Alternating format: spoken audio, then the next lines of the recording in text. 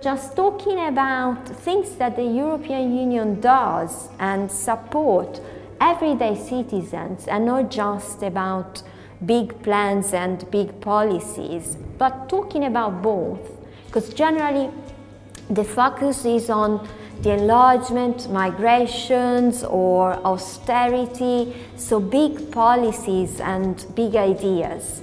But talking about both big policies and talking about the everyday life possibly can interest people more. A colleague from the Codex project from Austria talked about the fact that showing also pictures of Juncker or other politicians at the EU level has helped familiarize citizens. So the more you know about it, the more you can create interest, and general interest correlates with a more active attitude and further interest.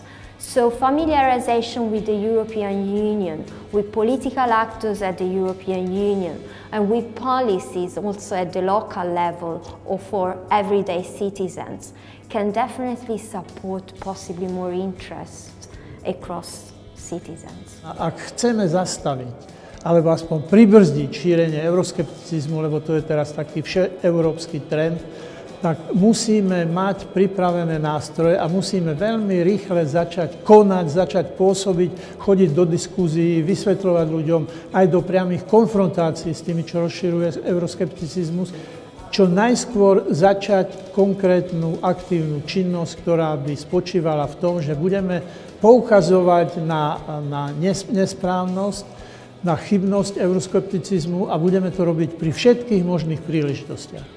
V príprave na európske voľby, ktoré budú o rok a pol, to je ideálna príležitosť na to, aby sme ten boj veľmi intenzívne viedli. Lebo keď budú voľby do Európskeho parlamentu, tak každý politik bude vystupovať, bude sa snažiť a tam sa ukáže jeho serióznosť. Na jednej strane každý bude vystupovať tak, aby získal voličov, aby ho zvolili. Ale ak je seriózny, tak práve pri tom získavaní voličov a vysvetľovaní bude poukazovať na škodlivosť toho euroskepticizmu. Čiže dovtedy sa pripraviť tak, aby sme mohli viesť frontálnu vojnu proti euroskeptiku. V rámci Evropské komise jsme si samozřejmě vědomi tady tohoto negativního trendu a snažíme se na to reagovat. Myslíme si, že je důležité být hodně aktivní na sociálních sítích, oslovovat mladé lidi, takovou tu část populace, která je ambivalentní, nerozhodná, nemá jasný názor na EU, tak tam si myslím, že je potřeba nejvíce se zaměřit. Snažíme se komunikovat i přímo s občany, to znamená, snažíme se chodit na různé lokální akce, na festivaly, prostě tam, kde jsou lidi, chodíme a snažíme se jim prezentovat, co to znamená EU, jaké to má vlastně pro Slovenskou výhody a podobně, ale i jaké jsou například hodnoty evropské a proč si myslíme, že evropský projekt je důležitý a proč by v něm Slovensku měla hrát důležitou roli. Samozřejmě se snažíme čelit i různým dezinformacím, množícím se dezinformacím a různým falešným zprávám, které jsou často namířeny proti Evropské unii. Takže snažíme se okamžitě takovýto typ informací hned z počátku uvádět na pravou míru, to znamená, pracujeme aktivně s médii a snažíme se, aby se tento typ zpráv nerozšiřoval. Máme například webovou stránku www.euromýty.sk, kde se snažíme aktivně vyvracet takové ty nejrozšířenější mýty o EU. Myslíme si, že ta komunikace by neměla být pouze o faktech a o výhodách, které přináší Slovensku a slovenským občanům členství v EU, ale i právě o hodnotách a o emocích, takže budeme příští rok rozjíždět 2 takové větší kampaně, které právě budou spíše založené na té emoční komunikaci. Základný problém s komunikáciou Európskej komisie je tá vzdialenosť k občanom na úrovni národných štátov.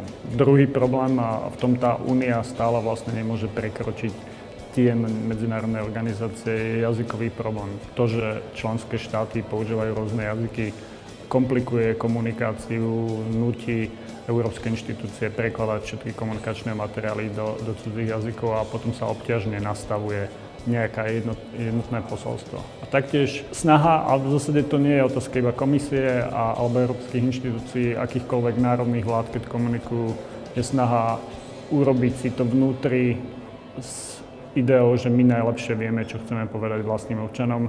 Tie skúsenosti s tým, ako komunikujú vlády a inštitúcie národné alebo aj európske, sú väčšinou také, že nedokážu dobre odhadnúť, akým spôsobom hovoriť k ľuďom, akým spôsobom vlastne smerovať tie ich posolstva.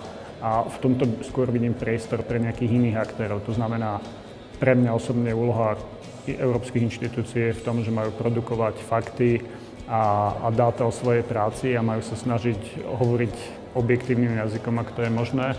A zvyšok nechať na partnerov, s ktorými budú prirodzene spolupracovať, a ktorých nebudú nútiť do nejakej nevyhnutne iba pozitívnej správy a pozitívneho informovania o EÚ, ale diskusie o tom, čo na úrovni EÚ funguje a čo nie.